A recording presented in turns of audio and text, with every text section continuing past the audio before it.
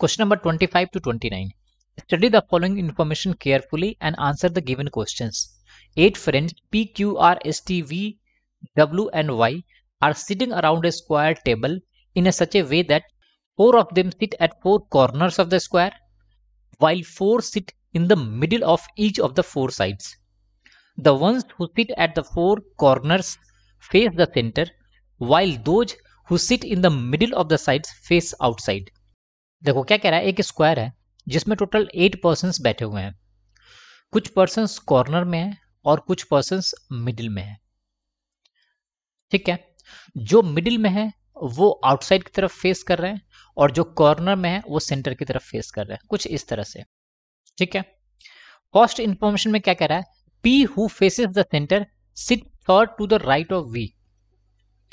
तो P का position किसी ना किसी कॉर्नर पे होगा. सो लेट्स से ये P का पोजीशन है. सो यहां से V का पोजीशन कौन सा होगा, ये पोजीशन V का यहां पे होगा. सिंस V आउटसाइड की तरफ फेस कर रहा है तो ये फर्स्ट राइट, सेकेंड राइट और ये third right. Now come to the next data.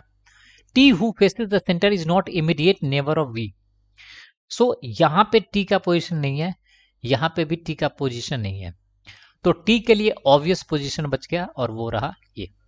Only one person sits between V and W. सो अगर ये V का पोजीशन है तो W के लिए ये पोजीशन अवेलेबल है और W के लिए ये पोजीशन अवेलेबल है, लेकिन हमें अभी तक नहीं पता कि कौन फिक्स्ड होगा. So let it be. Next में क्या कर रहा है, S sit second to the right of Q और Q faces the center. Q faces the center है और S sit second to the right of Q. तो ऑफ कोर्स यहां पे Q होगा और S का पोजीशन ये होगा. डन. नेक्स्ट में कह रहा है R is not an immediate neighbor of P. अगर R P का इमीडिएट नेबर नहीं है सो यहां पे R नहीं हो सकता, यहां पे भी R नहीं हो सकता, तो R के लिए ऑब्वियस चॉइस कौन सा बचा, ये रहा R. अगर ये R का पोजीशन है तो W यहां पे नहीं होगा. से सुनो, तो ये आपको W का पोजीशन यहां फिक्स्ड हो गया, P यहां मिल गया, T यहां मिल गया, R यहां मिल गया, S यहां मिल गया, V एंड Q. इस पोजीशन पे कौन सा होगा, नन अदर देन Y. तो ये रहा आपका अरेंजमेंट. क्वेश्चन नंबर 25 में क्या कह रहा है, who sit second to the left of Q. तो Q के सेकंड लेफ्ट में कौन सा होगा, फर्स्ट लेफ्ट सेकंड लेफ्ट, तो P होगा. सो हमारा आंसर क्या होगा, ऑप्शन नंबर P. 26 में क्या कह रहा है, what is the position of T with respect to V. तो T का पोजीशन V के रिस्पेक्ट में क्या होगा, first second third to the left. So हमारा आंसर क्या होगा, ऑप्शन नंबर सी.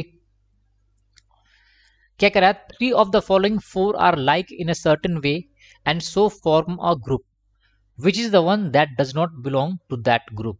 ओके, यहां पे R, W, V और S है. R का पोजीशन यहां पे है, V का पोजीशन सेकेंड राइट में, V के सेकेंड राइट में कौन सा है, W, और S का पोजीशन R के जस्ट इमीडिएट नेबर में है, तो S यहां पे नहीं होगा. सेस और नो, बाकी सब सेकेंड राइट में है. सो हमारा आंसर क्या हो जाएगा, ऑप्शन नंबर डी. 29 में क्या कह रहा है, which of the following is true regarding R. R is an immediate neighbor of V. तो R क्या V के इमीडिएट नेबर है, बिल्कुल भी नहीं. सेकेंड में क्या कह रहा है, R faces the centre. R outside की तरफ फेस कर रहा है, तो ये रॉन्ग है. R is seat exactly between T and S.